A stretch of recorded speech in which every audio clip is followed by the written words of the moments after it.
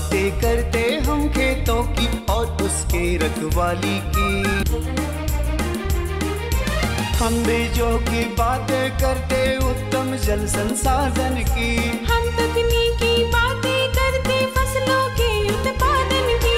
हर किसान का सपना सच हो जीवन सुखद बनाने को। गाँव-गाँव के हर आंगन का प्यारा सा ही दर्शन। कृषि दर्शन, कृषि दर्शन, कृषि दर्शन, कृषि दर्शन, कृषि दर्शन, कृषि दर्शन, कृषि दर्शन, कृषि दर्शन। किसान भाई बहन मन, जैसन कि हमेशा रौरे मन कहेला कि खेत हो या बारी, पशुपालन हो या फुलवारी, ये जे रौरे मन के कृषि दर्शन कार्यक्रम है, इकर में सब किस्म के जानकारी मिलेला है नहीं। तो आज जी हम रौरे मन के जानकारी लेकर ही उके बताए कर आगे, दिखाए कर आगे चलू। हम सबसे पहले रौरे मन के हम दिखाते कृषि समाचार।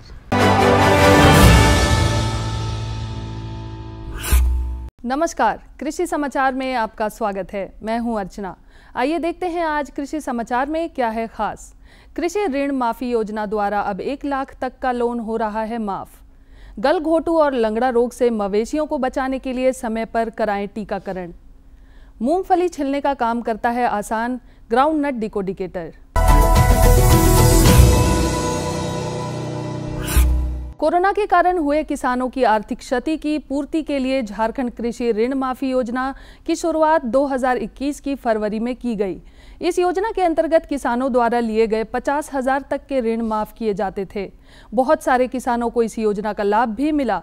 इस योजना का लाभ ज़्यादा से ज़्यादा किसानों को मिल सके, इसलिए इस योजना में बदलाव लाया गया है। अब 50,000 के बजाय 1 लाख के तक का ऋण माफ करने का प्रावधान इस योजना के अंतर्गत लाया गया है। राज्य के कृषक इस योजना का लाभ ले सकते हैं। किसानों की आय स्थिर रहे, प्राकृतिक आपदाओं द्वारा फसल के नष्ट होने पर किसान भाइयों को आर्थिक संकटों से ना गुजरना पड़े, इसके लिए केंद्र सरकार द्वारा प्रधानमंत्री फसल बीमा योजना चलाई जाती है। इस योजना के अंतर्गत अनाज फसलें, बाजरा, दलहन, तिलहन के अलावे बागवानी फसलों पर बीमा कवर दिया जाता है। राज्य के किसान भी प्रधानमंत्री फसल बीमा योजना के अंतर्गत अपने फसलों का बीमा कराकर संभावित नुकसान से बच सकते हैं। किसान भाइयों, आने वाले बरसात के मौसम में हमारे पाले गए मवेशियों में कुछ रोगों के लगने की संभावना रहती है। इस समय मुख्य रूप से मवेशियों में गलघोटू और लंगड़ा बुखार लगने की संभावना रहती है। इन रोगों के लग जाने की स्थिति में पशुओं की स्थिति गंभीर हो सकती है। ये रोग पशुओं को ना लगे, इसके लिए टीकाकरण बेहतर उपाय है। पशुपालक बरसात आने से पहले अपने पशुओं को HSPQ का टीका अवश्य लगवा दें।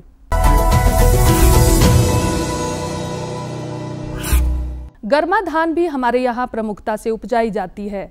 वैसे तो धान के कई उन्नत प्रभेद हैं जो अच्छी उपज देते हैं। गर्मी में बुआई के लिए कृषि वैज्ञानिक कम अवधि वाले किस्मों की बुआई करने की सलाह देते हैं। कम अवधि वाले धान की किस्मों में सहभागी नामक किस्म कृषि वैज्ञानिकों द्वारा अनुशंसित है, जिनकी छिटवा विधि से बुआई कर किसान लाभान्वित हो सकते हैं।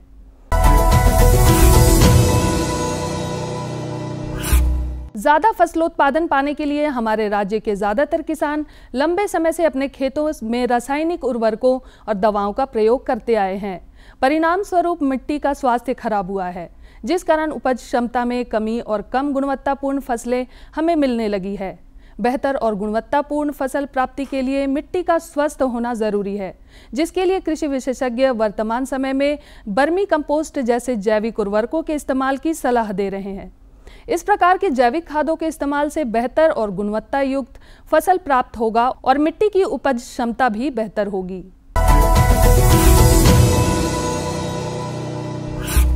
ये है रोज सिकेटियर। पौधों एवं फूलों की बेहतर कटिंग के लिए इसका इस्तेमाल होता है। इस उपकरण में तेज एवं जंग रोधी एक ब्लेड लगा होता है जो फूलों एवं पौधों के डंठलों को आसानी से काटता है। सबसे खास बात इस उपकरण की यह है कि पौधों के काटे गए हिस्से उसी में फंसे रहते हैं, जिसे आप उचित स्थान पर फेंक सकते हैं।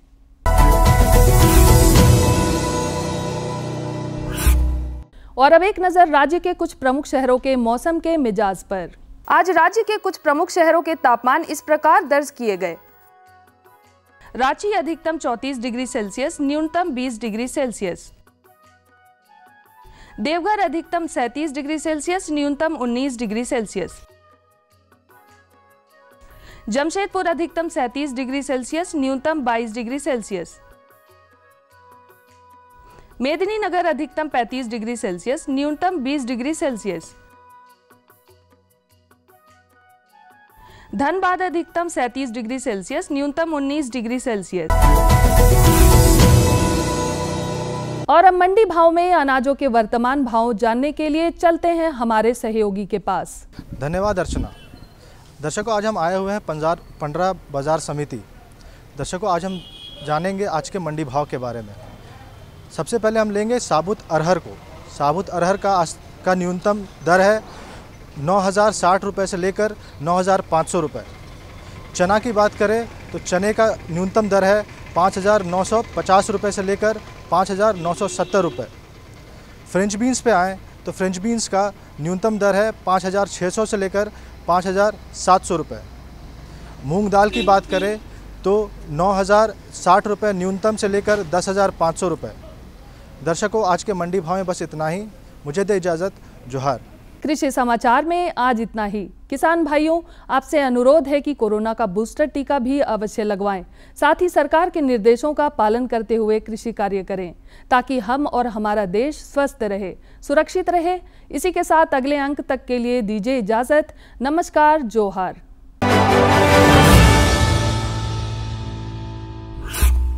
किसान भाई बहन मन, रोरमन कृषि समाचार में तकनीक कर बारे में, उपकरण कर बारे में, मौसम कर हाल कर बारे में, मंडी भाव कर बारे में और कृषि संबंधी नवा जानकारी मिलक है ना। एखन बेरा हो जाए छोटा सा विराम के। हम विराम के बाद घूर के आवा थी और मन के जानकारी देवा थी।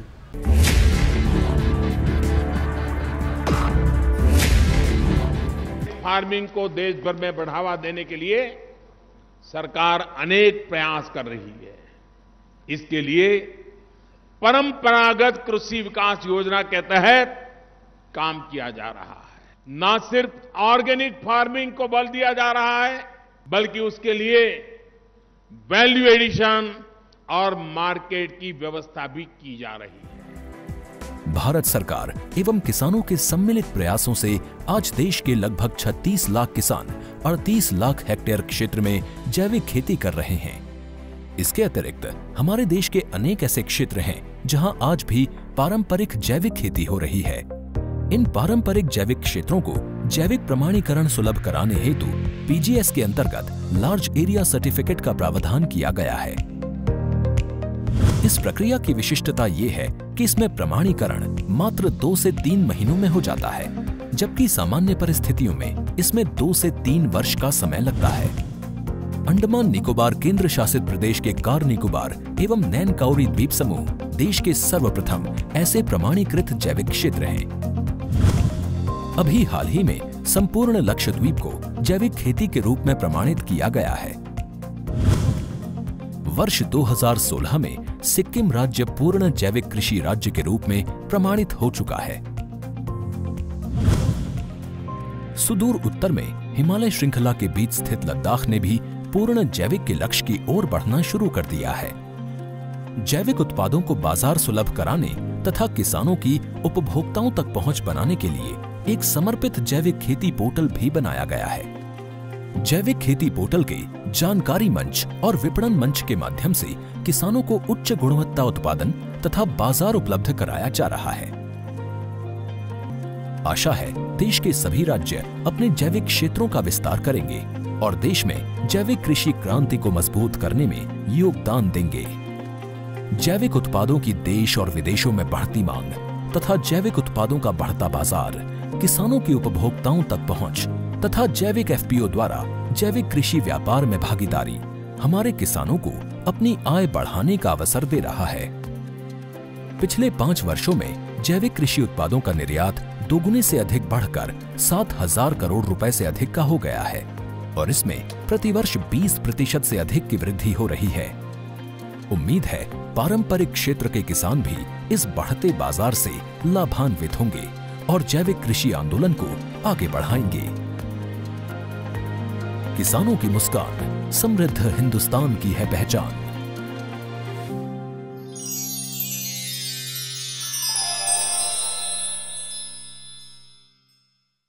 विराम के बाद रौरमन का एक बार फिर से स्वागत है। तो चलो आज कर जो हम जानकारी लेके आए ही वो है सोयाबीन कर वैज्ञानिक खेती और उन्नत प्रभेद कर बारे में। बहुत किसान भाई बहन मन सोयाबीन कर खेती करे ना, क्योंकि नुकसान हो जाला, लेकिन ये नुकसान से बचना है तो सोयाबीन कर वैज्ञानिक खेती और उन्नत प्रभेद कर बारे में जानना बहुत ज़रूरी है नहीं कि सोयाबीन कर जो खेती में करत ओकर माटी कैसन होके चाहिए, ओकर प्रभेद और किस्म कर बारे में जानना बहुत जरूरी है। तो चलो हम रौरमन के सीधे लेके चला थी फीचर कर माध्यम से इकर जानकारी दिवा थी ताकि रौरमन के सोयाबीन कर खेती में नुकसान ना हो। सोयाबीन की बुआई जून के प्रथम सप्ताह से शुरू हो जाती है। ऐसे में सोयाबीन की बम्पर पैदावार के लिए किसानों को इसकी उन्नत किस्में और बुआई के सही तरीके की जानकारी होना बेहद जरूरी है। सोयाबीन के किसानों को अच्छे भाव मिलते हैं क्योंकि सोयाबीन से तेल समेत कई चीजें बनाई जाती हैं। जोहार, कृषि दर्शन कार्यक्रम में आप सबों का स्वागत है। कृषि दर्शन एक ऐसा कार्यक्रम है जिसमें कृषि जगत से जुड़ी तमाम जानकारियां देते हैं। किसान भाइयों बहनों, कार्यक्रम के इस भाग में आपको बताएंगे सोयाबीन की वैज्ञानिक खेती एवं प्रभेद का चुनाव कैसे करें किसान भाई, इस बारे में बताएंगे। इस बारे में बताएंगे ICAR प्लांडू के कृषि वैज्ञानिक RS पान जी। आप सभी जानते हैं झारखंड का ये जो धरती है, यहाँ का जलवायु है और ये जो खरीफ मौसम है, ये सोयाबीन विशेष करके सब्जी सोयाबीन की खेती के लिए बहुत ही उपयुक्त है। तो सब्जी सोयाबीन की खेती के लिए हमारा जो ज़मीन का तैयारी करना है वो है अच्छा तरह से 3-4 बार जुताई करके कैरी बना के हम सब्जी सोयाबीन का बुआई करते हैं।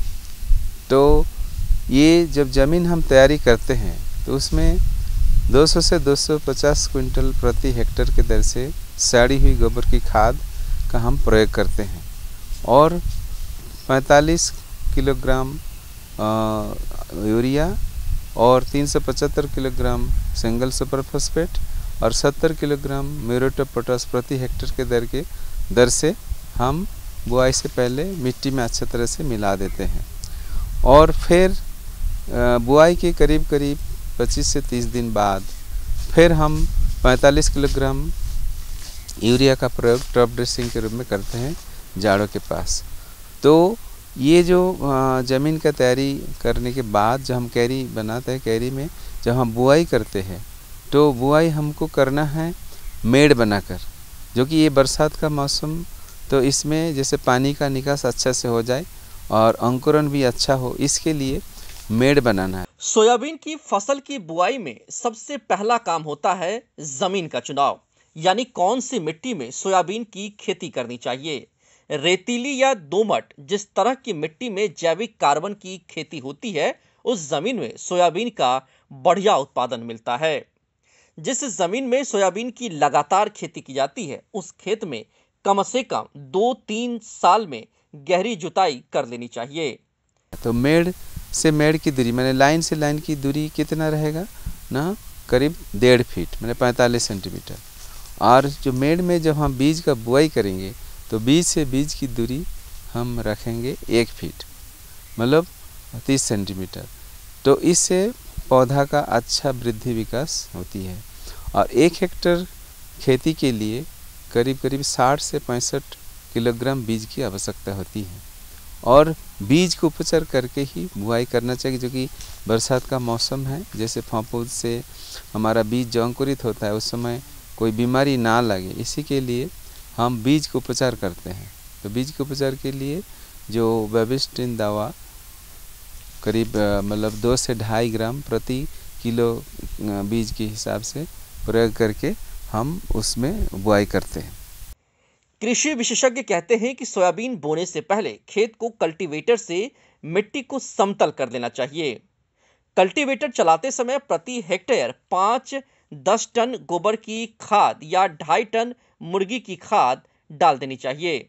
जैसे पौधा बढ़ने लगते हैं और आजकल तो जैसे ऊंचा बेड में और प्लास्टिक मल्च लगा के उसमें हम खेती कर सकते हैं, जो आधुनिक तरीका से। और ऐसे भी जो लोग खेती करते हैं तो उसमें खरपतवार माने घास पात को निकालना है तो पहला जो घास पात निकालने के समय 10 से 15 दिन बुआई के बाद फिर 25 से 30 दिन बाद फिर हम दोबारा निकाई गुड़ाई करके फिर जैसे मैंने बताया था पहले ये 45 किलोग्राम यूरिया प्रति हेक्टेयर के दर से टॉप ड्रेसिंग के में हम जड़ों के पास प्रयोग करते हैं। उसके बाद फिर मिट्टी चढ़ा देते हैं। तो ये हमको करना है। अभी किसान भाइयों को ये जानना है जे कौन सा उन्नत प्रभेद लगाने से मेरा मुनाफा अच्छा होगा। और जैसे हमारा इस जो प्लांडो स्थित जो ICAR का जो केंद्र है, यहाँ पर हम लोग 2008 में एक नई किस्म का विकास किए थे जिसका नाम है स्वर्ण वसुंधरा। जानकार कहते हैं कि सोयाबीन की बुआई 45 सेंटीमीटर से 65 सेंटीमीटर की दूरी पर सीड ड्रिल की सहायता से या हल के पीछे खूंट से करनी चाहिए। कतारों में सोयाबीन की बुआई करते समय कम फैलने वाली प्रजातियों जैसे कि JS 9305, JS 95, 60 इत्यादि के लिए बुआई के समय कतार से कतार की दूरी 40 सेंटीमीटर रखें। ये जो सोया पनीर जिसको टोफू बोलते हैं, इसको आप घर में बना के खा सकते हैं। और इवन ये जो इसका जो दूध है, दूध को आप जमा देंगे तो दही भी बनता है। तो 1 किलो बीज से जैसे मैंने बताया 7 से 8 लीटर जो सोया दूध होता है, उसी दूध को हम जमा देंगे, करीब 6 किलो आपको दही भी बन जाएगा। फिर ये जो पका हुआ दाना को आप भून के भी खा सकते हैं, रोस्ट करके। ये भी बहुत ही स्वादिष्ट है और शरीर के लिए भी अच्छा है। इसमें कैल्शियम प्रचुर मात्रा में मिलता है। और सोयाबीन में एक आइसोफ्लेवन है जो हेल्थ के लिए मतलब शरीर के लिए अच्छा है। हमारा जो हार्ट का प्रॉब्लम है ये सब से हमको रखता है। जैसे लोगों को जो हड्डी क्षय हो जाता है उसके लिए कैल्शियम का जो है, इसमें कैल्शियम प्रचुर मात्रा में पाया जाता है और भी पोषक तत्व से भरपूर है ये सोयाबीन। तो ये जो वैरायटी है स्वर्ण वसुंधरा, इसका दाना पीला रंग का होता है, बड़े आकार के होते हैं। तो हरा दाना को हम सब्जी के रूप में खाते हैं। तो ये जो स्वर्ण वसुंधरा का जैसे हम बुआई करते हैं मध्य जून से मध्य जुलाई एवं अगस्त तक हम कर सकते हैं और करीब 40 से 50 दिन में इसमें फूल आ जाता है। उसके बाद बुआई से करीब 75 से 80 दिन में पहला तुड़ाई हरा फली का शुरू हो जाता है। फिर करीब आपका 80 से 90 दिन में ख़त्म हो जाता है और पक्का दाना करीब 100 दिन के बाद दाना पक के तैयार हो जाता है। तो किसान भाई बहन मन चलो रौर मन के दूसर जानकारी दुआ थी। दूसर जानकारी है बोदी कर उन्नत खेती कर बारे में। रौरन बोदी कर खेती तो करीला जेके बरबट्टी भी कहल जाला है नहीं। बोदी और बरबट्टी दो एके है नहीं। तो जे किसान भाई बहन मन बोदी कर खेती करें ना उमले जानकारी बहुत सुंदर है कि भाई देखो बोदी के कौन तरीका से लगाया जाए। इके क्यारी बना के लगाए के चाहे कि इसे ऊपर छान में चढ़ाए के चाहे ताकि इकर में जे बोदी कर साइज है 1.5 फीट से 2 फीट हुए और इकर में मुनाफा ज़्यादा हुए है नहीं। तो अगर बोदी कर उन्नत खेती कर बारे में पूरा जानकारी चाहिए तो चलू हम रोरो मन के सीधे लेके चला थी हमरे कर जो विशेषज्ञ साहब हैं उनकर ऐसे जानकारी दिवा थी। दर्शकों नमस्कार। आज हम ICAR प्लांडू में हैं और हमारे साथ हैं यहाँ के कृषि वैज्ञानिक श्री विजय कुमार सिंह जी, जिनसे हम बातचीत करेंगे और जानेंगे कि बोदी की उन्नत खेती किस प्रकार से की जाए। हमारे जो किसान भाई हैं वो बोदी की खेती करते हैं, लेकिन बोदी की खेती करते समय किन किन बातों का ध्यान रखना आवश्यक है, आइए जानते हैं इनसे। आपका हमारे कार्यक्रम में बहुत बहुत स्वागत है। नमस्कार किसान भाइयों। सबसे पहले तो हम आपसे यही जानना चाहेंगे कि बोदी की उन्नत खेती के लिए हमारे किसान भाई क्या करें। किसान भाइयों, बोदी जिसको लोबिया के नाम से भी जानते हैं या कुछ लोग उसको बोरा के नाम से भी जानते हैं, ये जो है बहुउपयोगी फसल है। बोदी का सिर्फ जो है फली को सब्जी के रूप में ही नहीं प्रयोग करते हैं, इसका सूखा हुआ जो अनाज है उसको जो है दाल के रूप में प्रयोग करते हैं और इसके फसल को जो है हरा चारा के रूप में भी प्रयोग करते हैं किसान भाइयों। तो बोदी का जो है लगाने का जो समय है, बोदी को मुख्य रूप से पूरे वर्ष में 2 सीजन में लगाया जाता है, एक ग्रीष्मकालीन और दूसरा जो है आपको रेनी सीजन जो वर्षाकालीन। ग्रीष्मकालीन में अगर किसान भाई बोदी की खेती करते हैं तो उसका लगाने का समय जो है फरवरी से मार्च महीना है। और अगर जो है खरीफ के मौसम में या रेनी बरसात की मौसम वर्षा ऋतु में अगर लगाते हैं किसान भाई, तो जून से लेकर जुलाई के महीना में किसानों को जो है इसका बीज बुआई करना चाहिए। बोदी जो है कि खेती अगर किसान भाई करते हैं तो इसके लिए जो जलवायु है, इसके लिए जो तापमान है वो करीबन 24 से 27 डिग्री सेंटीग्रेड होना चाहिए। और अगर खेत की तैयारी की अगर बात करते हैं तो किसान भाई सबसे पहले जो है पहली जुताई जो है मिट्टी पलटने वाली हल से करें, जिसको डिस्क प्लाऊ कहते हैं, उससे करें। उसके बाद 2 से 3 बार जो है हैरो से अब जो है या देसी हल जो है उससे जो है खेत की जुताई करें। और हर जुताई के बाद जो है मिट्टी को समतल करें। उसके उपरांत जो है छोटी छोटी क्यारियां बनाएं और जो है रीज फॉरो करके, मतलब उठी हुई क्यारी बना के उसमें भी है बीज की रुपाई किसान भाइयों को करना चाहिए। अगर खाद या उर्वरक की अगर बात करते हैं तो सड़ी हुई गोबर की खाद जो है करीब 20 से 25 टन प्रति हेक्टेयर के हिसाब से किसान भाइयों को जो है अंतिम जुताई के समय जो है अंतिम जुताई करना है, उससे पहले जो है खेत में जो है छिड़काव कर दे। उसके बाद पुनः जो है जुताई करें और समतल करने के बाद जो है क्यारी बना के फिर उसमें बीज की बुआई किसानों को करना चाहिए। उर्वरक, रासायनिक उर्वरक की अगर आप बात करते हैं तो रासायनिक उर्वरक डालने से पहले किसान भाई जो है अपनी मिट्टी की जाँच निश्चित रूप से करा लें, ताकि उसमें कौन कौन सा पोषक तत्व की आवश्यकता है उस हिसाब से किसानों को जो है उर्वरक को प्रयोग करना चाहिए। वैसे जो है बोदी का फसल में जो है उर्वरक की, अगर रासायनिक उर्वरक की अगर हम बात करते हैं तो नत्रजन करीबन 20 किलोग्राम प्रति हेक्टेयर, फास्फोरस जो है 50 किलोग्राम प्रति हेक्टेयर और पोटास जो है करीबन 50 किलोग्राम प्रति हेक्टेयर के हिसाब से किसान भाइयों को लगाना चाहिए। बोदी जो है दलहनी फसल है, इसमें जो है नाइट्रोजन फिक्सेशन करने की क्षमता होती है, इसलिए इसमें नत्रजन की आवश्यकता कम पड़ती है। तो किसान भाई जो है नत्रजन का जो है 20 किलोग्राम जो नत्रजन है उसकी आधी मात्रा और फास्फोरस और पोटास की पूरी मात्रा को जो है बेसल डोज के रूप में जो है खेत में छिड़काव कर देना चाहिए और उसके बाद जुताई करके रीज बना के किसान भाइयों को उसमें बुआई करना चाहिए। बिल्कुल। एक चीज़ मैं आपसे जानना चाहूँगा कि चूँकि झारखंड के परिप्रेक्ष्य में अगर बात करें तो बोदी के लिए कौन कौन सा किस्म बेहतर होगा, और चूँकि यहाँ पर पानी की समस्या होती है तो सिंचाई के लिए हमारे किसान भाई क्या करें? किसान भाइयों, बोदी को 2 श्रेणी में बांटा गया है, एक है झाड़ीदार और एक है लत्तीदार। झाड़ीदार में जो है पौधा जो है 50-60 सेंटीमीटर जो है ऊंचा होता है, झाड़ी की तरह रहता है, पौधा रहता है। और जो लत्तीदार जो फसल होता है उसमें लत्तर आता है, वो करीबन जो है 1.5 से 2 मीटर जो है ऊंचा होता है।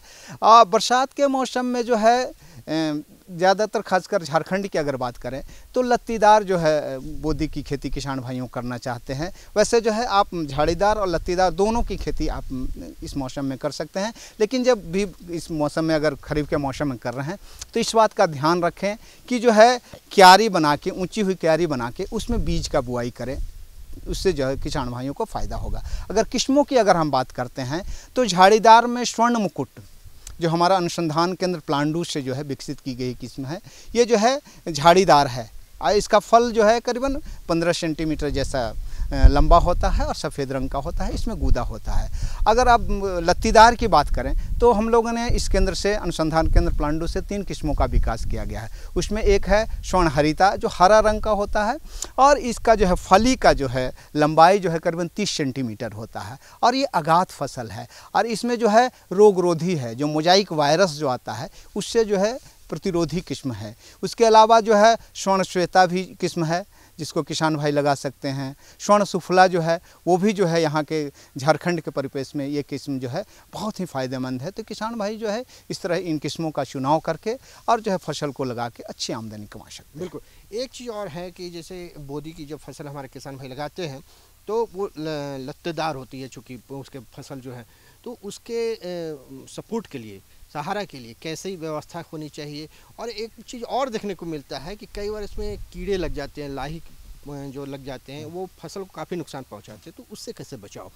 किसान भाइयों, चूँकि अब खरीफ में फसल को लगाने जा रहे हैं और लत्तीदार सब्जी है तो बरसात के मौसम में नीचे का ज़मीन काफ़ी जो है नमी भरा रहता है। अगर पौधा नीचे में फैलेगा तो उसका फली जो है पानी नमी के कांटेक्ट में आएगा तो वहाँ जो है फलन होगा और सड़न हो जाएगा, और आपको फसल को नुकसान हो जाएगा। तो उसको सहारा देना निश्चित रूप से ज़रूरी है। तो आप जो स्पेसिंग जो लगाते हैं, जैसे कि जब लगाते हैं तो ये पौधा से पौधा का दूरी जो है 15 से 20 सेंटीमीटर रखते हैं, और लाइन से लाइन का दूरी अगर खरीफ के मौसम में लगा रहे हैं तो करीबन जो है 50 से 60 सेंटीमीटर रखते हैं, और अगर गर्मा के मौसम में लगा रहे हैं तो यही दूरी जो है पंक्ति से पंक्ति जो है 40 से 45 सेंटीमीटर होगा, और पौध से पौध का दूरी जो है वो 10 से 15 सेंटीमीटर होगा। तो किसान भाई जब भी खरीफ के मौसम में लगा रहे हैं तो उसको सहारा देना निश्चित रूप से ज़रूरी है, ताकि आपका फसल का नुकसान नहीं हो और गुणवत्तापूर्ण फसल आपको प्राप्त हो। बिल्कुल। और रहा बात जो कीट वगैरह जो लाही लग जाते हैं जिससे कि नुकसान होता है पौधे को, उससे बचाव कैसे? हाँ, किसान भाइयों जो है बोदी में जो खासकर जो है लाही जो है माहू कीट जिसको कहते हैं, उसका प्रकोप काफ़ी आता है। इसका जो है ये पत्ती का जो है रस या तना से रस को चूसता है और शराब निकालता है, जिससे वहाँ का भाग जो है काला हो जाता है। तो उसके लिए किसान भाई जो है पहला तो उपाय है कि जो है आप पानी से, सिर्फ पानी से एक बार अगर आप अच्छी तरह से छिड़काव कर देते हैं तो उससे भी निकल जाता है। अगर उससे नहीं होता है तो एक दवा है नुभान। नुभान को जो है 1 ml दवा को 1 लीटर पानी में घोल बनाकर उसका छिड़काव जो है 1 से 2 बार 10 से 15 दिन के अंतराल में अगर किसान भाई करते हैं तो लाही कीट या माहू कीट जिसको कहते हैं उससे किसान भाइयों को फ़ायदा मिल सकता है। तो आज रोरमान इजाज़त लेवे कर आगे बताए दवा थी कि भाई पता लिखना है ज़रूरी है नहीं, तो पता के लिखूँ। कार्यक्रम कृषि दर्शन द्वारा केंद्र निदेशक दूरदर्शन केंद्र रातू रोड रांची, और पिन कोड संख्या है 834001। तो रोरमन इजाज़त दो है न, लेकिन हाँ याद रखब यह दिना और यह बेरा नवा जानकारी के साथ और उपस्थित हो। तब तक इजाज़त दो। नमस्कार, जोहार। हम बीजों की बातें करते उत्तम जल संसाधन की, हम तकनीकी बातें करते फसलों के उत्पादन की।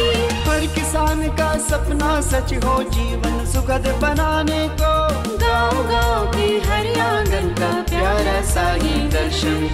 कृषि दर्शन, कृषि दर्शन, कृषि दर्शन, कृषि दर्शन, कृषि दर्शन, कृषि दर्शन, कृषि दर्शन, कृषि दर्शन।